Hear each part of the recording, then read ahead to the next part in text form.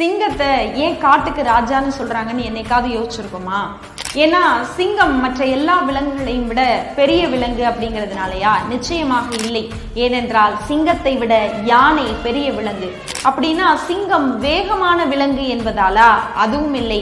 ஏனென்றால் சிங்கத்தை விட சிறுத்தை வேகமாக ஓடக்கூடிய விலங்கு. அப்படி என்றால் சிங்கம் சாதுரியமான விலங்கு என்பதாலா? நிச்சயமாக இல்லை. சிங்கத்தை விட சாதுரியம் மிக்கது நரி. அப்படி என்றால் எதன் அடிப்படையிலே சிங்கத்தை காட்டுக்கு ராஜாவாக நாம் சொல்கிறோம் தெரியுமா? சிங்கம் நடந்து வருகிற போது அதன் பார்வையிலேயே மற்ற விலங்குகளை பார்த்து பயம் கொள்ள செய்கிறது என்றால் அதனுடைய மனநிலை, அந்த மனநிலை தான் சிங்கத்தை இன்றைக்கும் ராஜாவாக வைத்திருக்கிறது.